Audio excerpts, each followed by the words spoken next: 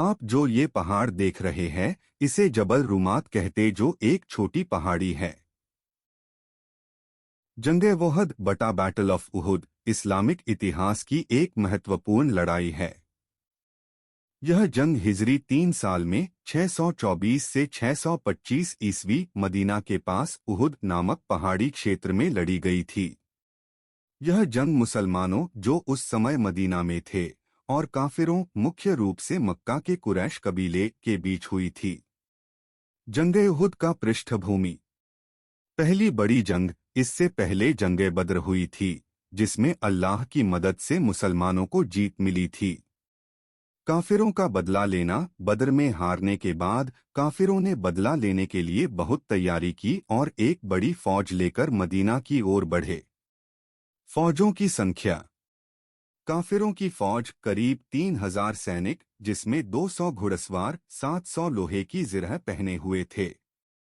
मुसलमानों की फौज लगभग 700 से 1000 के बीच। पहले 1000 थे, लेकिन अब्दुल्ला बिन उबय मुनाफिक ने 300 लोगों को लेकर वापस लौट गया। जंग का हाल। शुरुआत में मुसलमानों को जीत मिल रही थी, लेकिन जब तीरंदाजों को पैगंबर मोहम्मद ने पहाड़ी पर तैनात किया और कहा कि वे किसी भी हालत में अपनी जगह न छोड़े, तो जंग के दौरान कुछ सहाबा ने सोचा कि जंग खत्म हो गई है और वे माले गनीमत युद्ध लूट लेने के लिए नीचे उतर गए।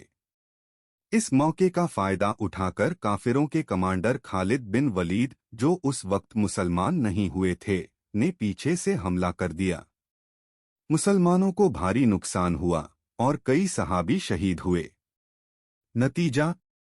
इस जंग में मुसलमानों को जीत नहीं मिली, लेकिन उन्हें सबक मिला कि अल्लाह और उसके रसूल की बातों का पालन हर हाल में जरूरी है। हज़रत हमजा, जो पैगंबर के चाचा थे, इस जंग में शहीद हुए। इस जंग से मिलने वाले सबक। 1. अल्लाह और उसके रसूल की आज्ञा का पालन जरूरी है। 2. अनुशासन और एकता की अहमियत। 3. मुनाफिकों का पर्दाफाश। 4. सच्चे ईमान की पहचान मुश्किल वक्त में होती है।